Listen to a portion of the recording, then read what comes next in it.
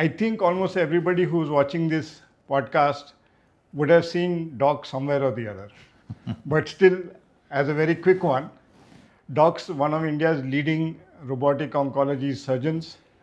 He's the co-founder of Grace Cancer Foundation, and he's a supporter, member, director of so many other impact organizations, very active in HIC in Hyderabad and many other such organizations. So with that, Doc, since you've done so much, why don't we do a little bit of the backstory and start with how did you become this renowned oncology surgeon, starting from your Navodaya school days? Thank you, Rajiv, for having me here, and it's such a pleasure to work with you. And I think when it's very nostalgic for me when we look back into my story. As many know that I come from very humble beginnings, from a rural background. My parents were simple farmers, and I was a go-lucky kid in the village to helping the parents in the farm. But the purpose for my life unfolded even as the country invested in my education through Navodaya. Right, that's when I think the biggest turning point in my life is in the 6th class when the Navodaya school was for the first time in the country it started, and then that's how I entered into a good education. I think that was given to me by this nation, for which I'm ever grateful. So that's how the seed was sown with a good education from 6th to 12th, and then this cowboy, farmer's son, goes on to join medicine, which became a history in my village because nobody ever passed beyond 12th grade. So, in that sense, I'm grateful to God for this privilege to serve the people through this profession. And once I finished my medicine, again, I never dreamt that I would do a post-graduation, but the provision was divine. And, I was really fortunate to get my master's in general surgery through All India quota, and then went on to do super specialty in surgical oncology again in Gujarat through the All India quota, where for a country of 100, that time about 100 crores, we had 10 seats in oncosurgery, and this farmer's son goes on to get that seat and becomes an oncosurgeon. I think, it's all the purpose, and the universe conspires, people say, right, for all things to work together for good. So that's how it happened in my life, and I'm really pleased to be what I'm doing. So that's being very modest. But I think for the people who were listening, you would perhaps have gotten to the fact that there were 10 seats and he got one of those. And that has been actually Doc's story through his life. Yes. Right? But I think the other thing you would have got through his, what he said just now, is his sense of gratitude and not entitlement, which is a very, very big thing. So, which is what brings me to my next question, Doc. How from all of this busy, your life is very busy. A robotic surgeon has a very busy life, and it can be even busier. It's up to you to decide how busy it will be, right? Correct. From here, how did the service mentality come? How did you decide that you have to give back? I think giving back is actually blessing for us. See, somebody is given opportunity to give something to them. It's our privilege, I consider, because we all have received. See, I have received the education from Navodaya school, right? Somebody has paid for it. The taxpayers, the country has invested on me, right? So in that sense, it's natural for us to give back. It is not abnormal. If somebody is not giving back, that's abnormal, I would say, right? So giving back should be it is your persona, it should be. That's how. So for me, it's a blessing to give back, and I've been taught these things about national integrity and the national integration, and in terms of the community building. All this has been inculcated to the right education at the right time.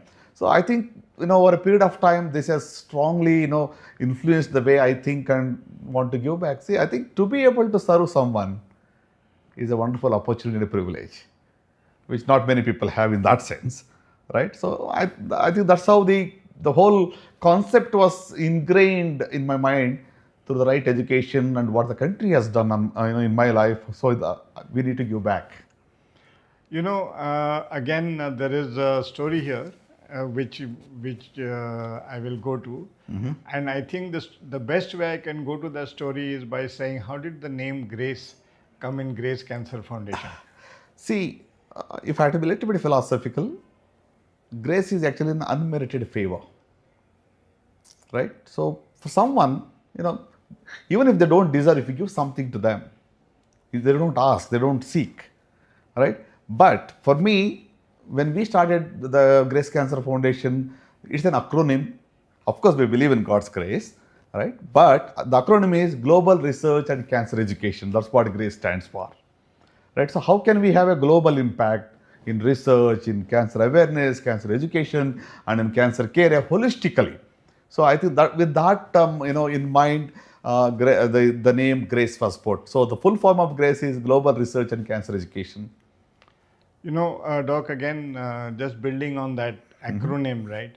So how did that leap come? There is GRACE, right, which is, as you mentioned, about research, it's about cancer education. And then from there, you go to early detection. Correct. Right? So that, the impact of early detection will come to in just a bit. Right. How did you go from research and cancer education to early detection? See, I think, Rajiv, one thing in this part of the world, most of the lower and middle income countries, the biggest issue in cancer is lack of awareness and lack of access for early detection. Because even in my practice today, 70 to 80% of the patients that I see are in late stages, wherein the outcomes are not good. So it is a universal truth that early detection saves lives. The outcomes of cancer are always much, much better. Cancer is curable if detected early.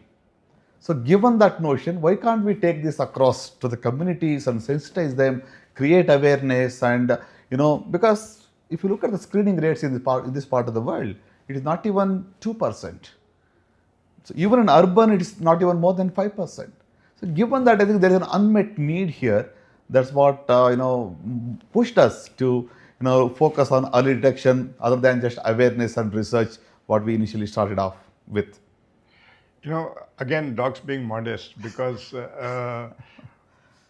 the easier thing is actually education, because Correct. what you do is you create some pamphlets, you create some videos, and you say that. Detection actually means you're staying in the medical space. Right. Because detection can't be done by anyone. Detection has to be done by a medical Correct. oncologist, right? Correct. And then that medical oncologist needs the equipment. Yeah. And then that equipment needs to be available on site. Correct. Right? Because you don't want the people to come to you. You are going to the people, right? Correct. It's a fairly complex undertaking if you take it like that, right? Correct. Correct. So why don't you tell us the story of the first bus that Grace Cancer got and how it actually went from there? Well, Rajiv, if I had to really tell you the very kind of the painful story of Correct. how it all began, right? It so happened that on a particular day when I was doing surgeries in a hospital in Kakinada for my monthly visit, and early morning when I was traveling back from Gautami Express, I got a news that my mother became unresponsive, and she went to help somebody, and somebody picked her up on a two-wheeler. She fell, and the news that she is no more. And when I went back from Hyderabad to my place, more than 1,200, I think close to 2,000 people came to pay their respects to her in a small village. So she was a big influence in my life in that sense, because she touched so many lives, and they came to, so I think that's a kind of legacy that she lived. So that really kind of inspired me that if you have to live a life, you should actually, impact at scale people's lives. That was something that I was really, kind of taken a motivation from her life. And even on that pain, when I was really questioning why this happened to me and all that, the State Bank of India, first time, they then, some of their CSR team reached out to us. You are doing something good in, research and education. Can we do something from our end? And that's when, it's so providential in that sense. Pain always gives you something really, long lasting, something, some purpose is found in pain. And that's when the mobile cancer screening campaign, came. The first bus was donated by State Bank of India. I said, maybe I would continue mother's legacy in terms of, contributing financially for the bus and driving it so that, the legacy continues to keep on serving people on wheels. So that's how the first bus came, and the rest is history. Today we have about 6 buses to be able to screen, more than 1 million lives so far, and to kind of, take this to the doorstep of a common man who do not have access to this early detection. So, just building again on that, right? The whole story of scale. If I'm not wrong, Grace has got 5 Guinness World Records for the scale, the work at the work that it has done. Right. Right, for the largest oral cancer camp, the largest SPV vaccination camp, etc., etc. Right. So now this is again, it's so easy to say scale, right? Now, since I incubate companies, we all know that scale is one of the most difficult things to do, right? That's where Correct. most fail. Right. So how were you able to actually do this? Because now you've reached a stage where every month you do as many as 2,000 screenings. So, I mean, that's a lot of screenings. That's like what most hospitals don't do that many screenings, right? Sure. So how did first the notion of scale come, and how did you build the organization to be able to do that scale? Rajiv, I think for me, scale is not just a record for the sake of recognition. Every life that we touch is very important. But at some point of time, scale is important in terms of impact. See, the more you reach, because the problem is so big, otherwise it becomes just a symbolic work that I'm just doing just to kind of, show that, okay, this is just an example.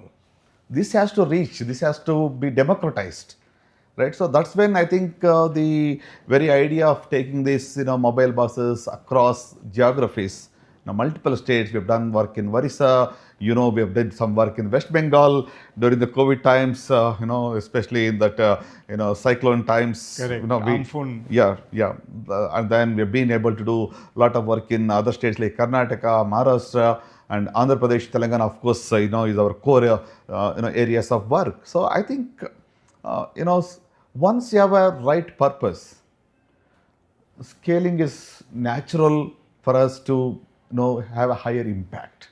So that's how I think, we've been able to have a good team of, doctors and paramedical staff and well-wishers who all actually, it's always teamwork at the end of the day. You need a lot of volunteers. I think, with so much of operations today, the full-time employees at GCF is not even 22 today. So that means we run very lean in terms of the cost and the how much we spend on the fixed salaries for these people. But a lot of volunteering is coming in. A lot of contract employees we're taking in different sites where the buses go, so that we minimize the operational cost and reach more people. So in that sense, I think we've been fortunate to serve more people, touching close to 14 million lives so far in the last 12 years. And I think screening about 1 million people. I mean, this year, as you know, the target for screening by December end is 100,000 people. And we are at 75 plus thousands now. So I think, to be having that purpose, number is not for the sake of number or for identity or kind of some kind of a accolade, but to really touch lives. Every life, at one life at a time, and keep touching as many as you can. I think that's where I find great joy. Actually, let's make this slightly more real, right? Because you're talking at a philosophy level, but let's bring it. Assuming that there is somebody who has been detected early, so which means stage 1, right? And somebody who is detected late, which right. is say late stage 3 or stage 4, which is where 60-70% of the people are detected even today. Correct. What is the difference in mortality? What is the difference in cost? See, I think, you've asked the right question in terms of the how much difference does it make to really detect early, right? See, stage 1, most of the cancers, I would say, are fully curable. Fully curable. I'm not talking about prolonging the life or kind of adding years to their life. We believe in adding life to their years, right? Correct. So, in that sense, outcomes gradually, drastically come down when the stage increases. So stage 4, we actually don't talk about cure. We are looking at only prolonging the life. Correct. Right? It's a palliative care. Usually stage 4 in general is not curable. In some cancers like testicular cancer or some other sites where there is limited metastasis, where you can look at cure even in stage 4. But by and large, stage 4 is actually incurable. So given that, from 100% cure to something which is incurable, I think there is a huge value there. The financial strain is too much. If it is stage 1, most of the times you require one modality of treatment like surgery or radiation or just chemotherapy. Correct. Whereas it's advanced stage, you need multimodality treatment. Correct. So that increases the cost at a multiplying level. So I think that's where I think the biggest toxicity today in cancer care is the financial toxicity, Correct. right? It's not the side effects of chemotherapy, because here, along with the patient, the whole family suffers. Correct. So in that sense, there is a huge, I mean, I can't quantify exactly how much, but it is multifold and the outcomes are poor. So you spend money, but your results are not good. Here you are looking at a cure. I think that's where, that we need to scale to save lives. So I'll give you a sense, I also do some work with the bone marrow transplant guys, right? BMT Foundation.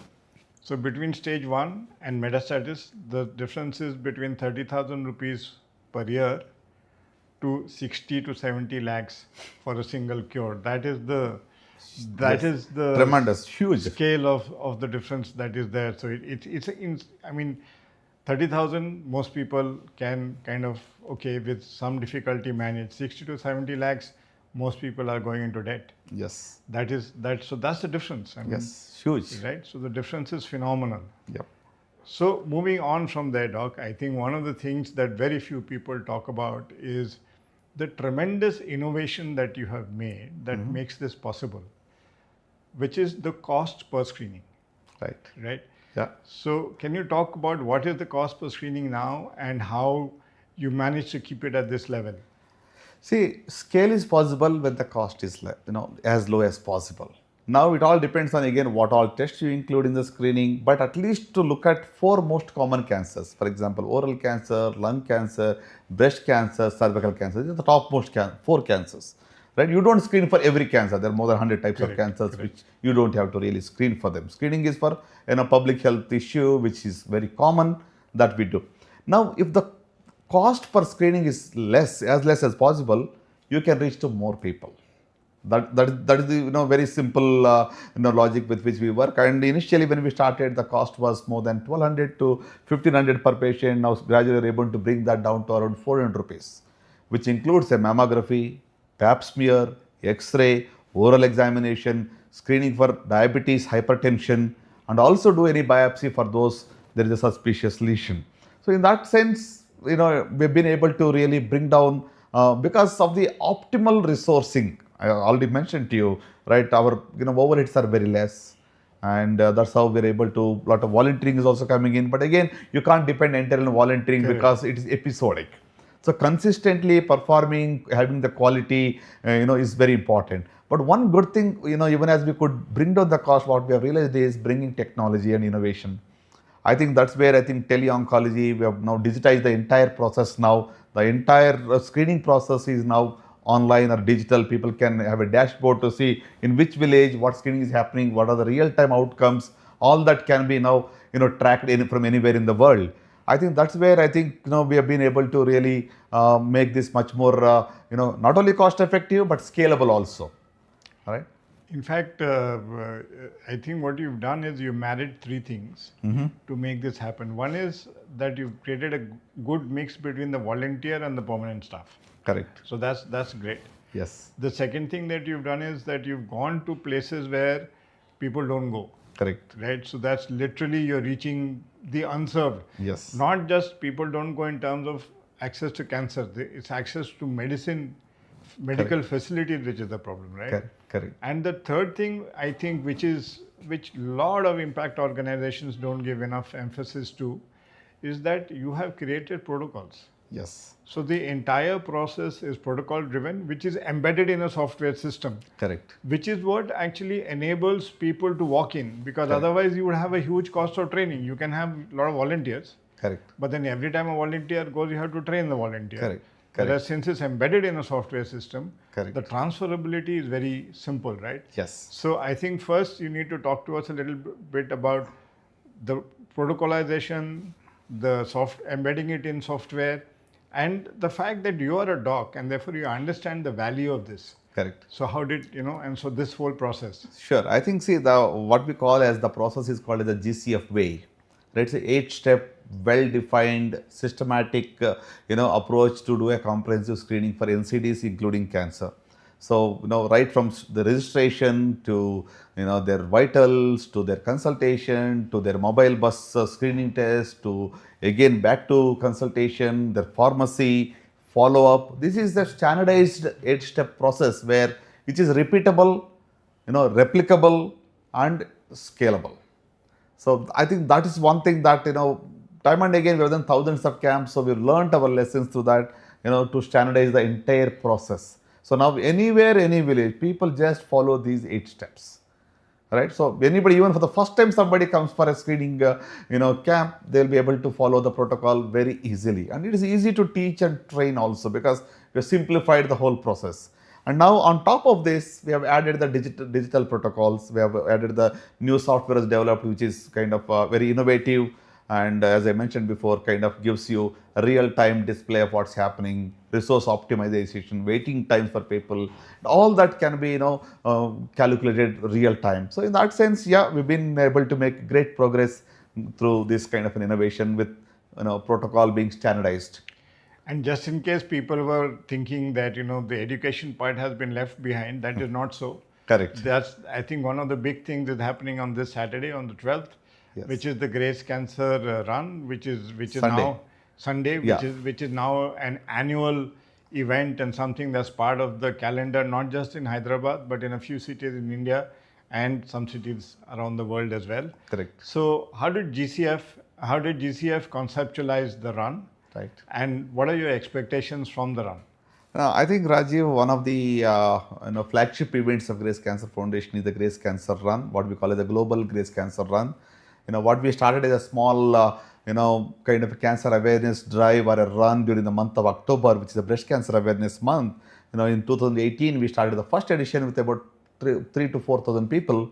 And then that is now, last year, we have, totally about 150,000 across 120 plus countries. And of course, we are not counting the education institutions, the other, NGOs and other people who are part of it directly or indirectly. But this year is the 8th edition of the Grace Cancer Run, and I'm really excited to say that we've already clocked more than 32,000 registrations in Hyderabad alone. And this year it's going to be held in more than 130 countries, both virtual and in person. In US alone, in 20 locations, in-person run. And more than 5,000 sign-ups in these 20 cities in US and of course globally. All the continents. This is happening in the month of October, not on the same date, of course, for logistics and various other reasons. But I think, we are using this opportunity to actually, bring that change in the lifestyle. Today, we know that lifestyle is a big issue. That sedentary lifestyle is set in. COVID has actually added more fuel to that lifestyle. And people just at the click of a button, you don't even get up even to your kitchen, right? You get everything right at your doorstep. I think that's where, most of the, NCDs are root causes of our lifestyle. So lack of physical activity is one of the preventable or modifiable risk factor for these non-communicable diseases. So that's where I think we wanted to bring that change. The change may take decades of time, in terms of the impact to measure. But in fact, this year we're also doing a research study on the impact of GCR, the Grace Cancer Run, in the city of Hyderabad with a huge survey being done with our research team, both from India and abroad. I think that's where we are able to measure that. But I think more importantly, this is going to be the world's largest cancer awareness drive with such a huge, this has actually crossed the Hyderabad marathon, which is about close to 28,000. I think it shows that people realize the importance of this cause. And this year's theme is very simple: run for grace, screen for life. I think, it's not about doing an event and then kind of come back a year later to do another event. It's not an event. We're not an event management organization, right? We are a purpose-driven organization. So this run not only is educating people, each person running is actually supporting one person to get screened for cancer. I think that's where, we are actually doing a fundraise to run. At least 3 buses will run the whole year through this effort. So I think, it could be, you are a management consultant and you can, but this is naturally, fitting into us, and we're able to reach people and raise funds also to screen. Yeah, it's also brilliant because it gives an individual a way to contribute. Absolutely, because community participation. Right. So I think that's again something which is very, very well built into the Grace Run itself. There's another aspect to the Grace Run that I think is also worth talking about. It is that slowly corporates are, becoming associated with the run. Correct. And so that's becoming a way of education, perhaps on a longer time frame Correct. than just an event. So I think that's again something that's Correct. very, very No, phenomenal. I think let me tell you, Rajiv, here is that, run is the culmination of the effort, because Correct. at least 4 to 5 months before, every weekend we have a webinar, we go to corporates, give them a talk on this and engage them. It's like kind of at the end of the day, the whole sequence culminates into the run. And then again you start the process, because this whole effort is more than 6 to 8 months actually on a year-to-year basis to do at this scale. Right? And one more thing that I want to mention is more than 80% of sign-ups this year is from corporates. So I think that's a good development, because they will be the change agents. They will be able to percolate this message across. And let me tell you, this year we're also getting from the social welfare students from rural Telangana, about 5 to 7,000 of them would be participating in this run, so that they take this message across to their parents, their areas, in their villages, and they can become the ambassadors of change. I think this is similar to what Equip is doing in terms of building the community, serving, and making it sustainable and then scalable. I think that's where I like what Equip does, and has been doing for years together these days.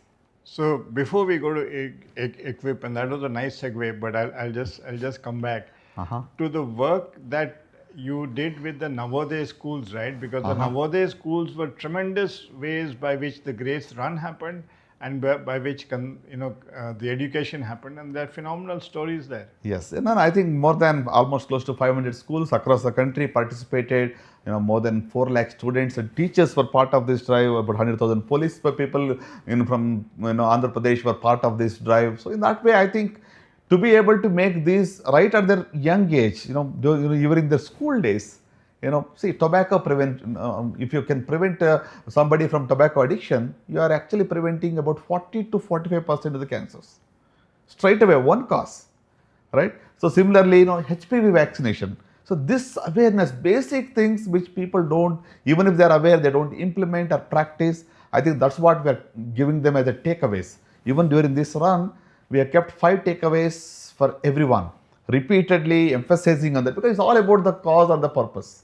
Right? We need to really bring that tangible, something that they sustains in their life. It is not about just coming, dancing and having fun and going, but it's not the finish line that is important. It is important is to see the finish line is actually every life that we do screening. Correct. We go to their doorstep. That's where the finish line is. Right? So that the loop gets closed. And again, so I'll just build on that, on the finish line, right? Because I think one of the dreams that now Grace is pursuing is how it can impact people beyond the Grace Foundation, right? And how it can share its knowledge and its understanding with similar organizations around the world. And one of the things that you've been talking about is working in the local language, about creating your own algorithms which can be customized, and and where you take your technology to the next level, right? Yeah. So can you talk a little bit about that? No, certainly. I think we did discuss about this quite a lot, in our brainstorming sessions, on how AI can help us to reach the people in their own language, right? Give them a follow-up advice, right, in their own local language, so that we don't miss anybody for follow-up, right? I think one of the important things through this technology adoption is that the reach is more, right, and in their native language, I think the scalability is straight away there, right? So I think that's where we are progressing, and a lot of AI models we are already working. Even for that matter, reading of mammography and X-rays or Pap smears, right, at the point of care, so that there is no turnaround time gap. Because for a routine Pap smear, the turnaround time is 2 weeks, and by then the patient is lost to follow up. Many times they are not interested even to look at the report, even if something is positive.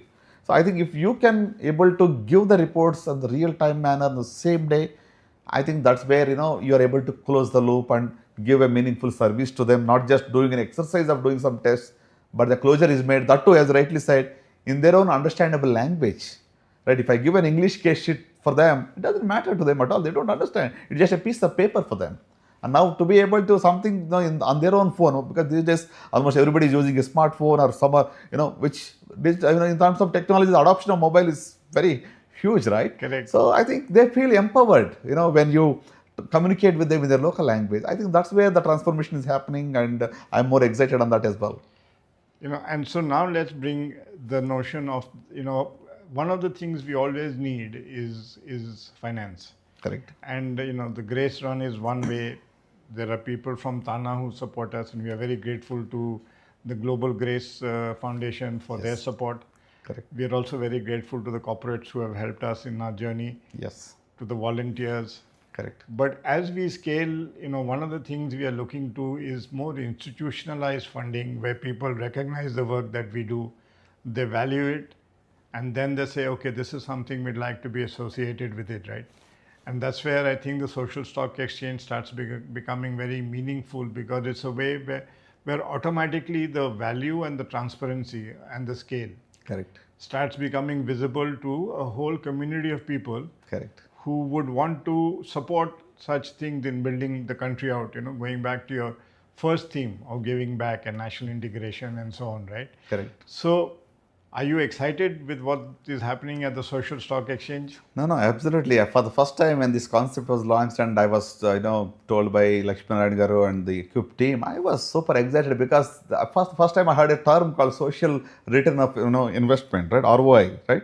So how you can measure your impact, for the community work. I think that's where, I was super excited, and definitely I think, institutionalizing and working with, in such platforms, I think helps us to scale much beyond, because what we are today doing is just a drop in the ocean, fully knowing that every drop counts. Correct. Right? But at the same time, the problem is too big. We cannot do alone. We need partnerships, collaborations with, governments, NGOs, various, all the community involvement. I think it is a multi-stakeholder engagement. For this to scale up, I think, something like Social Stock Exchange is going to be a game changer, so that, we are able to not just institutionalize, but, anybody can associate and can actually see the outcome. Correct. Real time, measurable, with all integrity and transparency. I think that is the system that has been brought in with this, the concept. I think I'm super excited. And I think that's where we are very grateful to organizations like Equip, because I'm sure bringing this concept to impact organizations is not easy, because every impact organization measures its impact in a different way, unlike a corporate organization where at the end of the day you look at either valuation or profitability. But Correct. Every impact organization has its own way of measuring whether it is creating value or not. And then to find somebody like Equip, which is actually willing to walk this path and bring people onto one platform, which is Right. the Social Stock Exchange, right? And then bring that transparency, which is available and understandable by the general public. Correct. Right. So in a nutshell, Equip is actually equipping. Correct. Equip is equipping all the three people, like Right. you said, the multi-stakeholders, right? It is equipping the impact organizations. Correct. It is equipping the funding organizations. Correct. And it is equipping, so the quote unquote, the retail investor. Right. Because that's the one thing that impact organizations have always lacked. I know we do some part of it through the Grace Cancer Run, where people can come in and contribute, but as a percentage of a total income, it's very small. Correct. Right? So what we hope is that with the Social Stock Exchange, the contribution of the retail investor, quote unquote, becomes a significant part in the way we empower, other people to carry on. Just as we I will close by giving everybody on this podcast a sense of what Grace Cancer Foundation has actually created. So let me start by the first number. Mm-hmm. Close to 1,100 people have been detected with early cancer so far. Now, as I mentioned earlier, the difference is between, in thousands to tens of lakhs. Correct. So just that, if you multiply by 1,100, would be enough. But in addition to that, what they've done is that there would be anything between, and I'm extrapolating here, but anything between 25 to 30,000 people who would have been detected with either, with some NCD or the other. Right. So again, if you look at the cost of NCD in the long term. Correct. Right? Whether it is to do with blindness, whether it is to do with heart failure or whatever, that cost in the long term is brilliant.